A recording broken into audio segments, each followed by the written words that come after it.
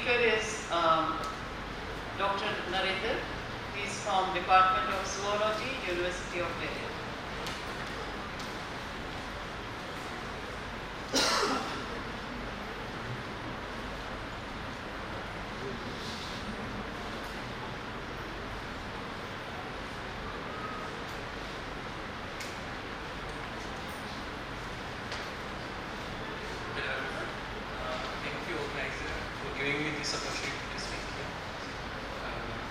This particular study is more of an in silico.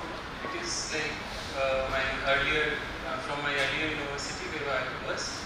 So the study was carried out by MSc students. So this is not related to nutraceuticals or pharmaceuticals, but using a model system. For this particular research, we all are supposed to use a model system rather than directly using human being. I was also started working there on muscular dystrophy. And the first question I had, which model to use? Because there are so many models to choose for muscular dystrophy. And for those who are not familiar with muscular dystrophy, so it's a progressive disease and ultimately leads to cell death. And the major protein which is involved, that's a dystrophin-associated protein complex. And the protein itself has a 17 subunits of a protein. So this is the overall DAPC complex. And this one of the largest protein of human, that is dystrophin, present here, and these are beta sarcoglycans, gamma. So this whole subunit is called as DAPC, dystrophin associated protein complex. Each of this subunit causes some kind of a dystrophin. And also in muscular dystrophy, we have various type of a dystrophy like OPMD, FSHD, DM. So all these are also affecting different type of tissues, not an individual tissue. So muscular dystrophy is not a local or tissue specific or organ specific. It happens throughout the body, and these are the various types which associated with a particular protein. For example, dystrophin is associated with DMDs and BMDs. Dysferlin is with MMDs, and sarcoglycans is with LGMDs. So, as usual, I also thought of using 4 of these models, but which one to choose and for which particular muscular dystrophy was a question. To answer this, we started doing some in silico work, and this in silico work consists of first is the construction of phylogenetic trees using all 17 different proteins and all these 4 different species, and generating a percentage identity matrix of protein as well as gene. Then putting up some co-evolutionary analysis and intramolecular co-evolution of the same genes. Then pro-site analysis to check whether the motifs which are common across all the 4 species are they similar or not. Then we have also done the synonymous and non-synonymous substitutions analysis. But these all were based upon the sequence of the various proteins. We have also modeled all the 17 proteins for all different 4 species. And we compared this all 17 protein structures with the human species. So this is the overall study brief. So this is the first result. It shows a phylogenetic trees of 4 different species with 17 different proteins. So this particular tree confirms that when we keep human as a reference with respect to likelihood, like log likelihood maximum value, Macaca moleta falls closer to the human species compared to other 2 species. So if we are considering this fact, then we can choose this as a model. So this is an hypothesis we can make. Then the percent identity matrix, because a gene level similarity could be a different with the protein level similarity. So we concluded a matrix to show whether the protein percentage and a gene percentage are similar or not. So we figure out that DAPC complex shows a less percentage identity at a gene level, but overall at protein level, all of these 17 subunits are similar, but at gene level they show variation. So this is the result from this particular analysis.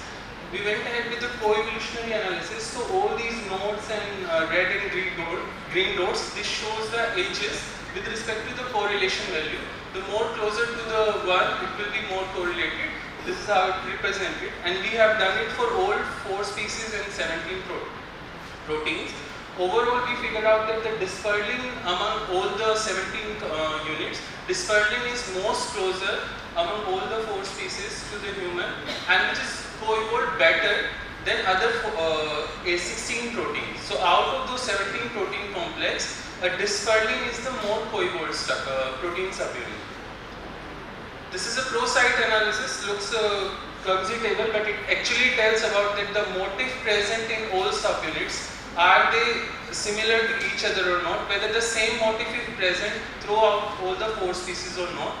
So we figured out that the dystrophin is among them is more similar with respect to the motif present, like Jing finger domains, and this one STEN domain, which is a chromatin remodeling transcription regulator complex. This is also similar throughout the 4 species. Similar to that model is a selection test. So selection test is to see the synonymous and a non-synonymous substitution rate. So we gave the name as a DN for non-synonymous, DS as a synonymous. So in synonymous, we do amino acid does not change, though the genetic level we see the changes. And this graph shows like which has the maximum ratio of this DN by DS. Overall, we see that out of the 17 protein, caveolin and dystrobrevin, beta dystrophin, they show the more synonymous rate. After this, once at the sequence level things were analyzed throughout the 4 species, we went ahead with the protein modeling part. All of these proteins are not available first of all. So first we have to choose those either a homology structure or a structure which is already provided to Unicode or a protein database and done by NMR or X-ray crystallography. So we choose those proteins for all, those 17 proteins, and we aligned it. So we aligned it using MTM and aligner, and we see at the protein level whether the structure which is being modeled are they similar or not. Because this is very important for designing any drug or for designing any specific protein-based studies. To see at the structure level, we did overlay of this structure itself. This magenta color shows with reference to human how much the structure is similar to the at protein level. So we have done for all the proteins, and this is an overall analysis of protein structural alignment. MTM score says that how much it is similar to the human.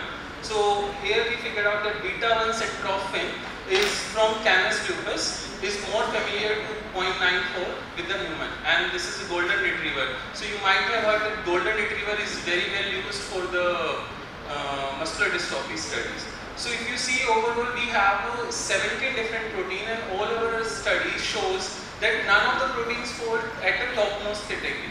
Like it's not like that centrophin is similar throughout in all our studies. We have a different proteins closer to the human at different study level. Protein study shows something else, sequence study shows something else. So in this analysis, we figure out that we cannot believe one single in silico analysis first of all. So showing the similarity index with the domain analysis or only with the phylogenetic tree is not a good idea. To keep it as a model system, we have to look across all and then pick that particular model which, for example, if you want to do protein study, then go for the protein structural alignment, those kind of a study instead of just showing under one MSc alignment study. So this is the overall take home message. And with the result, this is what falls in our category. Like macaca can be good model for if you in muscular dystrophy if you are using LGMD and MD cases. LGMD 2B and Miyoshi MD can be well modeled with the mouse, and golden retriever is well modeled for DMD, BMD, LGMD2 and other. So overall, this is the list which we are able to figure out that the all those 17 different protein structure subunits can be best referenced with respect to human. The list is there. The best model for caveolin could be macaca, but the same macaca is not the best model for the delta sarcoglycan based dystropathies. So further, yes, this is a very short term work of 6 months and done is by this MSc group of people from Central University of Punjab. Recently I have shifted to University of Delhi, and these are the 2 MSc students, Ashmit and Sufir. They have performed this analysis. Thank you. Happy to take your questions.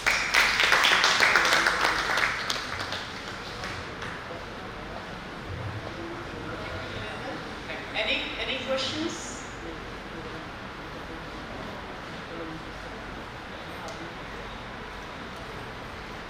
are you planning to do some in vivo studies as well? Yes, ma'am.